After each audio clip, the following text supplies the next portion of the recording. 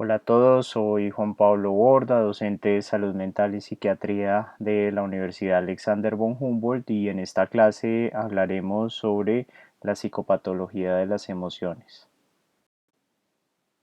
Para esta primera parte de la clase que vamos a abordar las generalidades de las emociones, vamos a tomar mucha de la información de este excelente artículo, un metaanálisis que consolida toda la información científica sobre las emociones y sus procesos neurofisiológicos hasta la fecha. Lo primero que tenemos que decir es que las emociones se definen como un estado fisiológico pasajero dotado de unas características que nos permiten orientar nuestra motivación y nuestros procesos cognitivos para dirigir nuestras acciones. O sea, las emociones desde el punto de vista evolutivo están hechas para que nos orienten por el mundo, direccionándonos en nuestra atención, en nuestra concentración, en nuestros procesos cognitivos superiores y en nuestros comportamientos hacia ciertas actividades o ciertos intereses. Y las emociones tienen tres componentes muy grandes. Tienen unos cambios fisiológicos que se dan por medio del sistema nervioso autónomo, tienen un aspecto comportamental, se asocia cada emoción a un tipo de comportamiento motor específico y tienen un aspecto cognitivo, se asocian a unas ideas, a unos pensamientos, a una manera de entender el mundo de manera distinta. Pero para entender mejor cómo se integran estos tres componentes de las emociones, vamos a revisar el siguiente ejemplo. Entonces yo estoy a las 10 de la noche en una calle oscura caminando hacia mi casa y aparece el siguiente estímulo en ese entorno. Entonces aparece el Brian. Inmediatamente después, el sistema nervioso simpático mío se activa y genera una serie de respuestas fisiológicas. Se me dilatan la pupila, empiezo a respirar más rápido, se me acelera la frecuencia cardíaca, se me sube la presión arterial, el metabolismo de los carbohidratos cambia y todas esas respuestas se dan de manera muy rápida y automática en el cuerpo asociada a el estímulo que estábamos diciendo. Y muy rápido, entonces yo grito, ¿sí? Me asusto, siento la emoción de susto y esa emoción de susto está asociada a una conducta motora que en la sensación de susto se ha descrito como con dos componentes. El componente de huyo y salgo corriendo o el componente de, está denominado así, pelea o me preparo para defenderme de ese estímulo peligroso. Pero si pudiéramos revisar un poco más a profundidad este proceso, entonces encontraríamos lo siguiente. Primero, todo empieza con el estímulo, el Brian que encuentro en esa calle oscura, es procesado por la corteza occipital para integrar la imagen de este estímulo. Esa imagen de ese estímulo es asociada por el lóbulo temporal y por la memoria tanto episódica como semántica a todos los información relacionadas con delincuencia, con la inseguridad, con los peligros que he vivido y he percibido antes y que sé que están en mi entorno.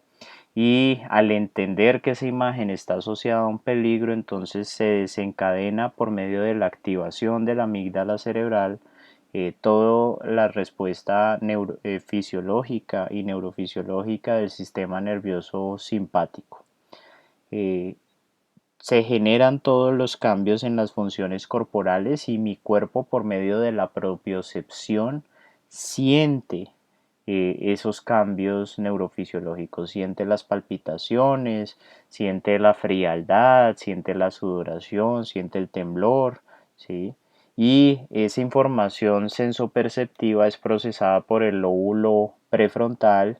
que interpreta esa sensación como una sensación de susto. Y dice Juan Pablo, en este momento estás asustada. Y esa sensación de susto inmediatamente después se asocia a una respuesta motora donde puedo gritar o puedo huir o puedo defenderme de ese estímulo peligroso.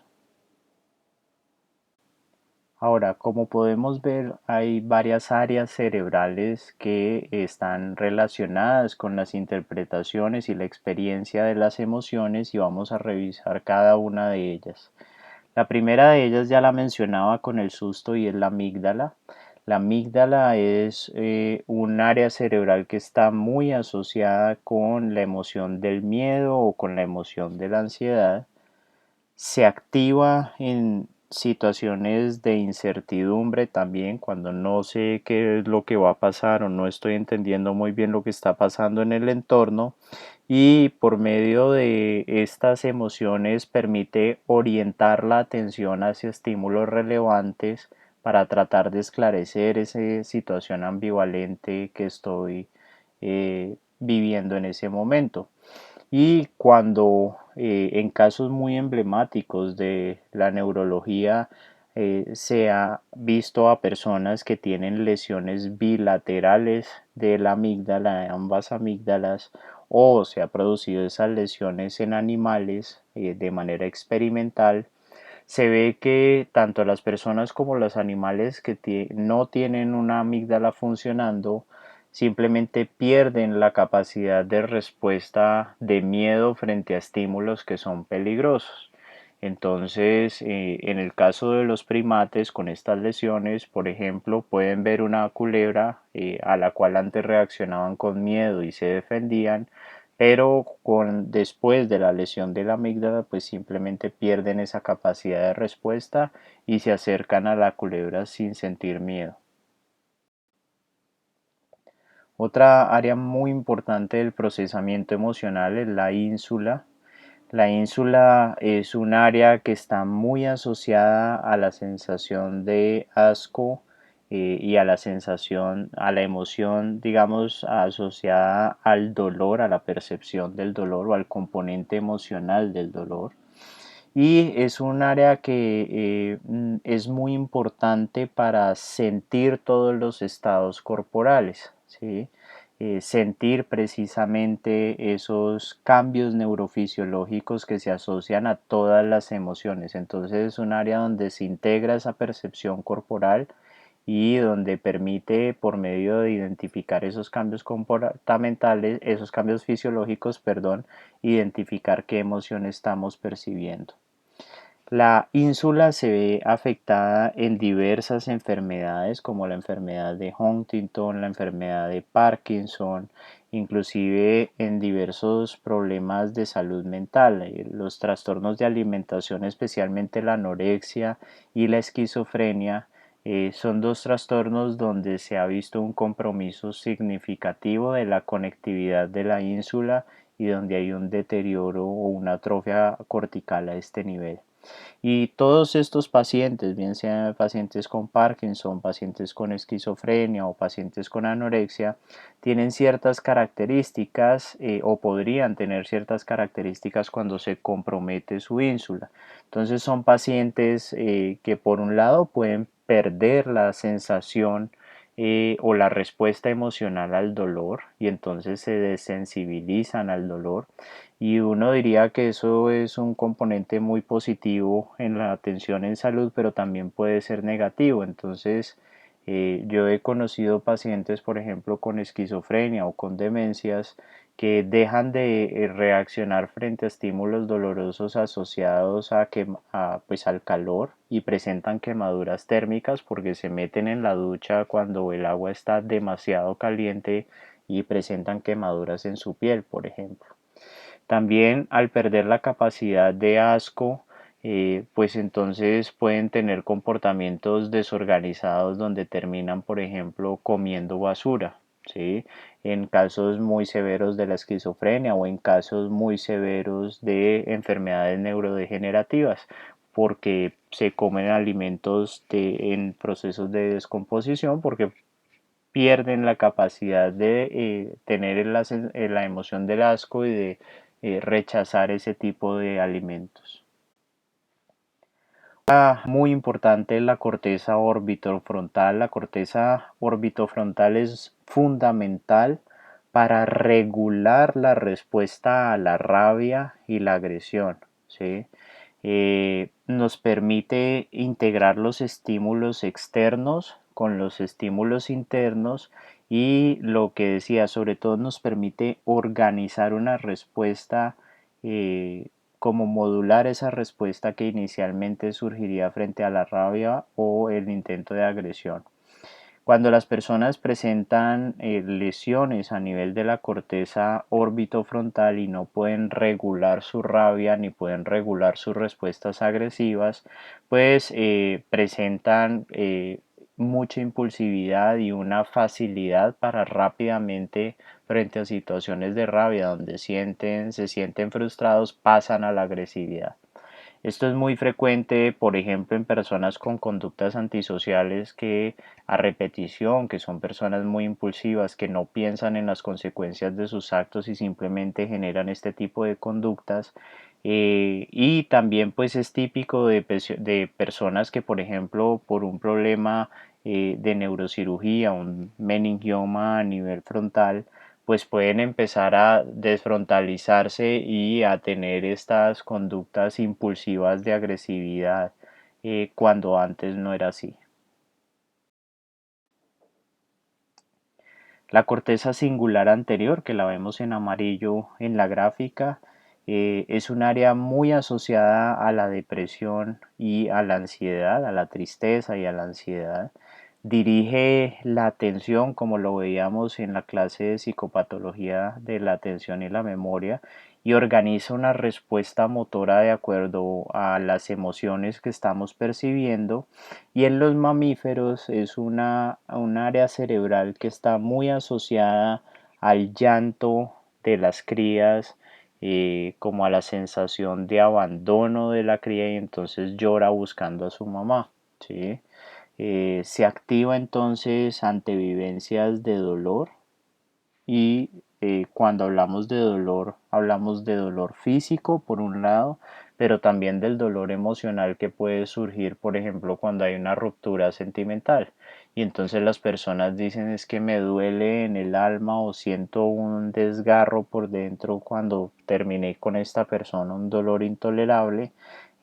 Pues es porque el área del dolor físico y el área del dolor emocional es el mismo y como lo vemos en los mamíferos está muy asociado al vínculo significativo con otro, en el caso de las crías de la cría con la mamá, pero también entre pares también se dan esos vínculos.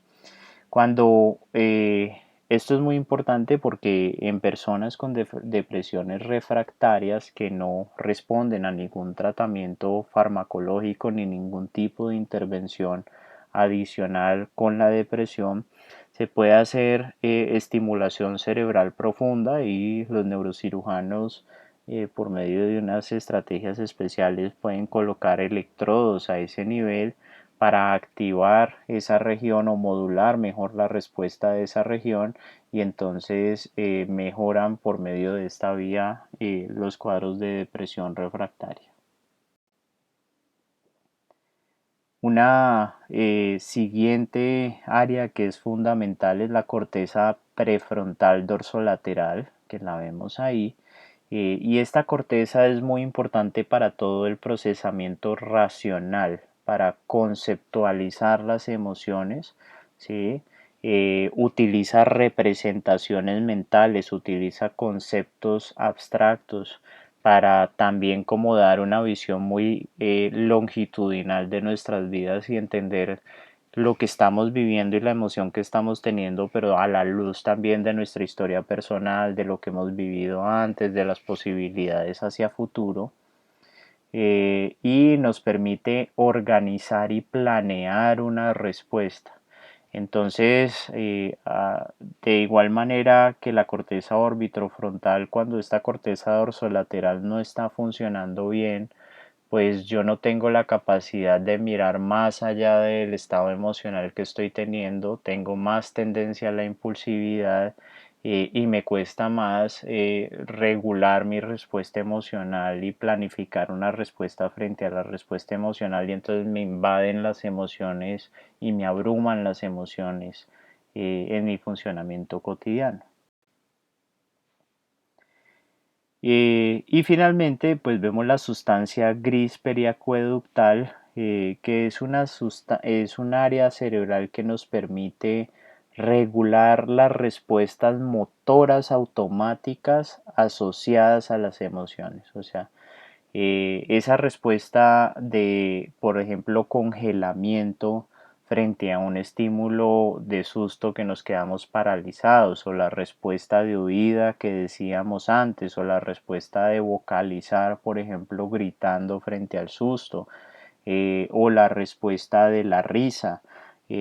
Son respuestas emocionales automáticas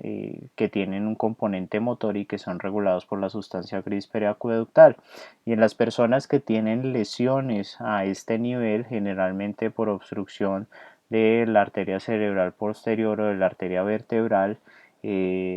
presentan un cuadro de incontinencia afectiva, donde presentan episodios súbitos de llanto o alegría, que creo que ha sido últimamente muy conocido por la película de The Joker o del Guasón, que precisamente pues tenía este tipo de crisis, de episodios súbitos de llanto o alegría patológicos.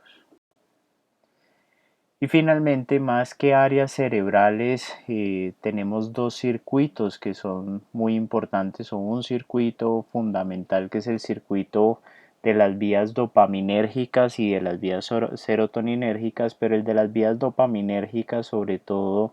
el circuito del área tegmental ventral al núcleo accumbens, y el núcleo accumbens como tal, que es un núcleo dopaminérgico muy importante, es un circuito fundamental para relacionado con la experiencia de placer. Y el placer lo que genera evolutivamente es que nos condiciona para que repitamos la experiencia. Cuando una experiencia es placentera, la queremos volver a tener, y esa sensación, experimentación de placer y ese condicionamiento a querer buscar nuevamente esa experiencia está dado por las vías dopaminérgicas, pero especialmente por la vía dopaminérgica mesolímbica, que va del área tegmental ventral al núcleo accumbens. Y este circuito, por ejemplo, es muy importante en las adicciones, puesto que las adicciones se dan por medio de un reforzamiento continuo y constante de conductas que llevan a una experiencia de placer. Y muchas de las sustancias psicoactivas actúan, o todas terminan actuando a nivel del núcleo accumbens, aumentando los niveles de dopamina para favorecer la experiencia y la emoción de placentera. Ahora vamos a pasar entonces a hablar de la psicopatología de las emociones, y para hablar de este campo hemos tomado estos dos textos que son nuestro norte para la siguiente descripción psicopatológica. Pero lo primero que debemos decir es que ya Aristóteles había dicho que las emociones son adaptativas si se expresan de manera adecuada, duran el tiempo adecuado, se originan en las circunstancias adecuadas y son con respecto a las cosas adecuadas. Y precisamente este enfoque aristotélico de lo que considera las emociones adaptativas es lo que guía nuestra comprensión de la psicopatología de las emociones. Entonces vamos a revisar diversas alteraciones psicopatológicas de las emociones, y pueden ser dadas porque estoy teniendo un afecto demasiado intenso o poco intenso, de mucha duración o poca duración, de mucha frecuencia o muy poco frecuente un tipo de emoción, o el tipo de emoción que estoy sintiendo no es el adecuado o no debería ser el que debería sentir en esta circunstancia. Entonces, fíjense que es la misma concepción aristotélica, pero puesta en sentido negativo desde la psicopatología. Entonces, hablando de la intensidad del afecto, podemos decir que el afecto puede ser demasiado intenso y es un afecto hiperreactivo donde yo siento las emociones demasiado intensas, o puede ser un afecto hiporreactivo donde yo por el contrario siento las emociones de manera muy poco intensa. El afecto hiporreactivo se llama también afecto embotado cuando esa hiporreactividad afectiva está porque yo estoy sedado por una sustancia, ¿sí? Bien sea por un medicamento, por el alcohol, entonces estoy con un estado de alerta disminuido por esa intoxicación y entonces no puedo percibir muy bien como las emociones. Y el afecto aplanado es simplemente que las emociones son tan poco intensas que casi que no se perciben en la persona. Y en la parte inferior entonces vemos algunos ejemplos. Por ejemplo, las personas que tienen un trastorno de ansiedad generalizada donde sienten de manera frecuente y muy intensa la ansiedad, una sensación de temor sin que algo esté pasando, tienen un afecto hiperreactivo. También es el caso de las personas con un episodio de manía que sufren de un trastorno afectivo bipolar y están en un episodio de manía donde tienen una emoción de euforia, de alegría demasiado intensa que caracteriza ese episodio de manía. Por otro lado está la esquizofrenia. Las personas con esquizofrenia de manera muy característica presentan muy frecuentemente un afecto aplanado. La persona se comunica con uno, pero uno no siente que la persona esté experimentando emociones y habla de manera monótona todo el tiempo. Y en el caso del trastorno depresivo mayor se pueden dar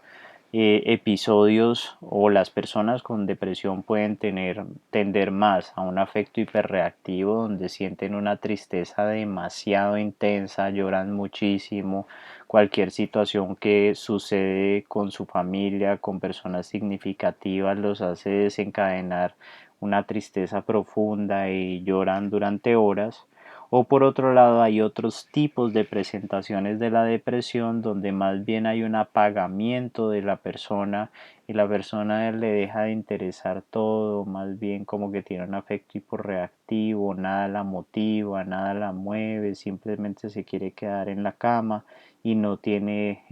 digamos, muchas emociones, sino más bien se apagan sus emociones y sus motivaciones frente a su entorno. En cuanto a la duración de las emociones, podemos decir que hay experiencias emocionales demasiado largas, duran las emociones demasiado tiempo, o por el contrario, puede haber experiencias emocionales demasiado cortas donde duran muy poco. En el caso de las experiencias emocionales demasiado largas, pues el ejemplo típico es la del trastorno afectivo bipolar, donde el estado de tristeza que normalmente dura horas, máximo días, en una persona puede durar semanas o meses, y asimismo el estado de alegría que dura minutos o horas puede durar semanas en un cuadro de un episodio de manía.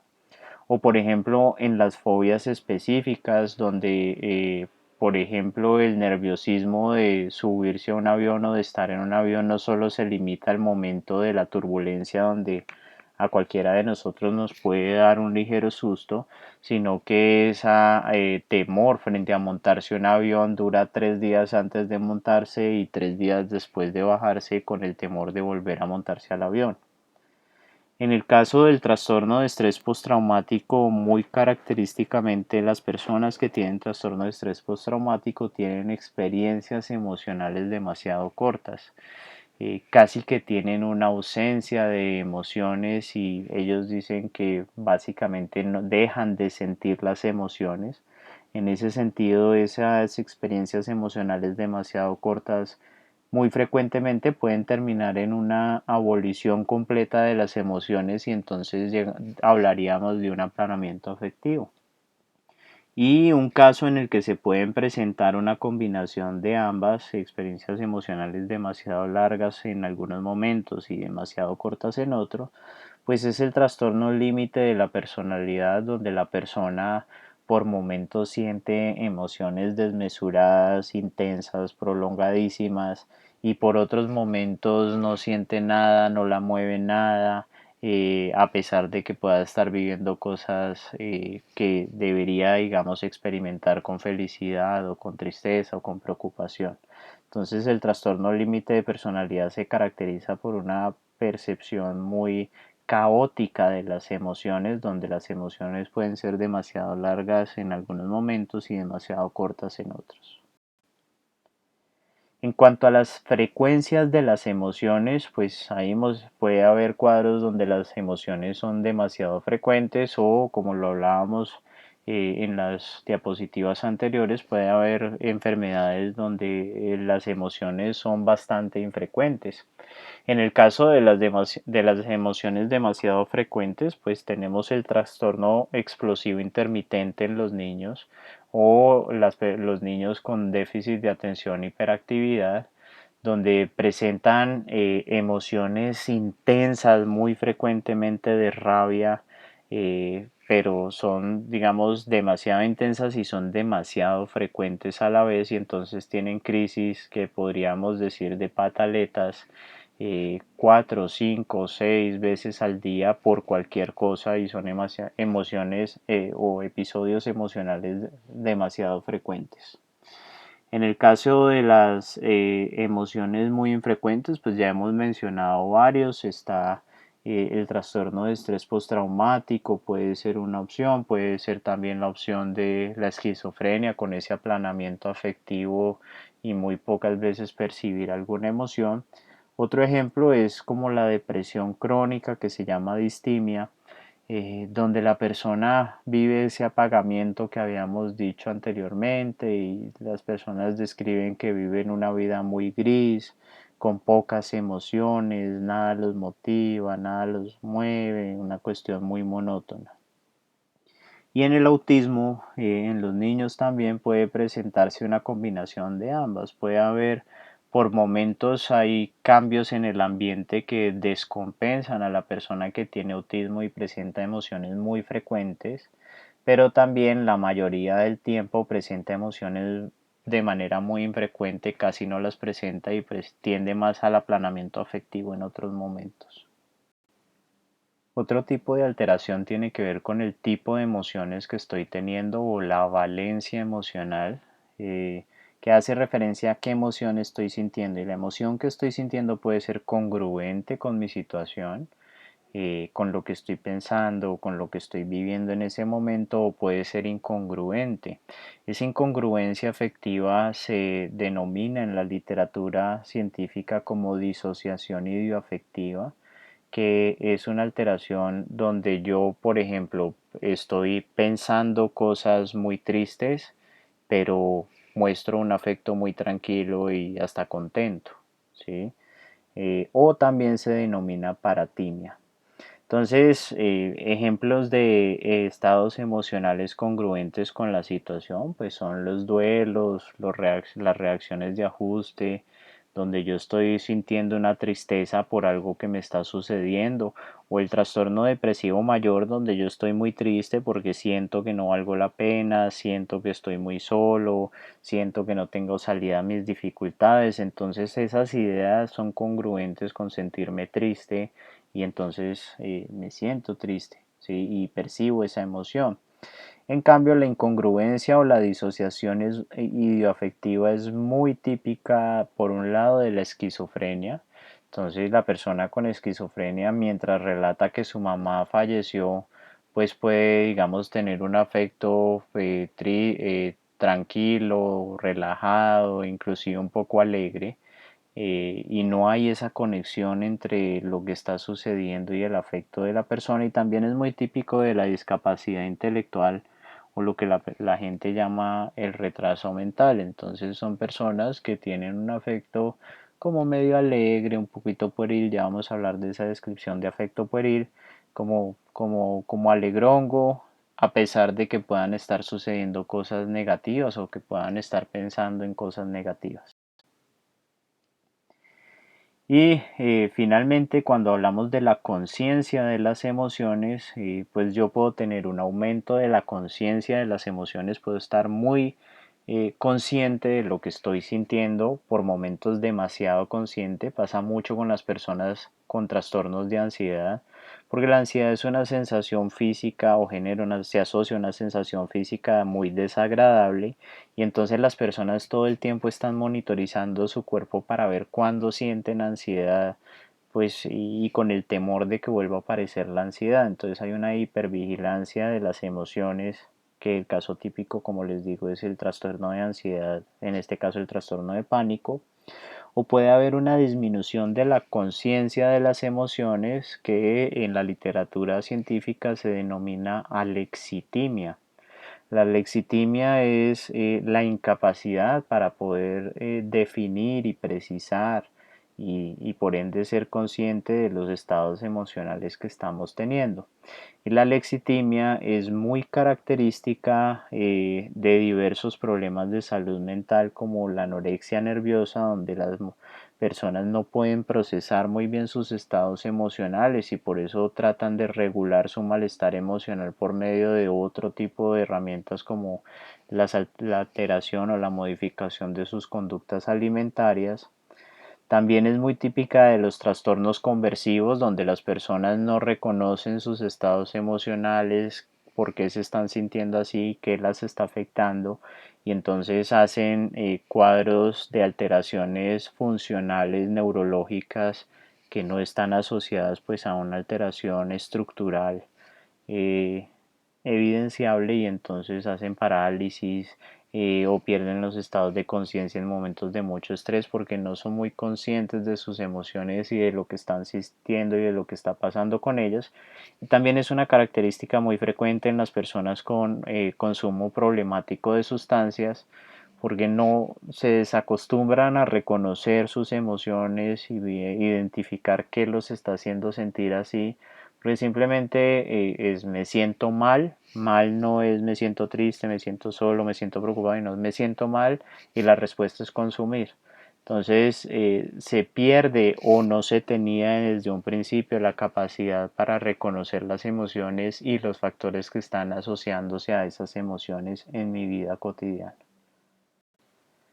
Ahora, otras definiciones que son importantes para las descripciones psicopatológicas de las emociones son las siguientes. La anedonia es la incapacidad de sentir placer, y es una alteración psicopatológica muy propia de la depresión. Las personas en cuadros depresivos mayores no sienten placer o dejan de sentir placer por cosas que antes sentían placer. Entonces, frente a planes agradables con sus amigos, comer algo muy rico, salir a un restaurante, viajar, todo ese, estar con los hijos, todo ese tipo de cosas que antes les generaba placer, ya les deja de producir ese placer. La bulia y la apatía son muy similares y tienen que ver con esa indiferencia frente a lo que sucede en el entorno. Entonces la persona, la verdad, le da lo mismo, no le importa lo que esté sucediendo, y como pueden ver, pues la anedonia, la bulia y la apatía generalmente van mucho de la mano. Pero también la bulia y la apatía están muy presentes, por ejemplo, en las personas con esquizofrenia, que tienen un aplanamiento afectivo y nada les importa, nada los mueve, y no se interesan por nada. La empatía es la capacidad de sentir lo que la otra persona está sintiendo. La labilidad afectiva es la inestabilidad de las emociones y por ende el cambio rápido y drástico de un estado emocional al otro. Y la incontinencia afectiva es el extremo de la labilidad afectiva, donde yo súbitamente desarrollo emociones muy intensas además, y entonces es como si no tuviera filtro, y si me empiezo a sentir triste pues digamos, empiezo a llorar y lloro por horas y siento una tristeza de una profundidad abrumadora, y luego estoy contento de pronto otro día, y entonces es una alegría desbordante que rige mi vida pues en ese momento y me lleva a tomar miles de decisiones asociadas a esa alegría. Entonces la incontinencia afectiva es el extremo de la labilidad afectiva y se asocia mucho a episodios de manía del trastorno afectivo bipolar. El afecto restringido pues es un afecto hiporreactivo, es lo mismo. Y como decíamos, la mayor restricción del afecto pues es el aplanamiento afectivo donde no se perciben emociones. La resonancia afectiva es que tanto cuando una persona me está contando su historia personal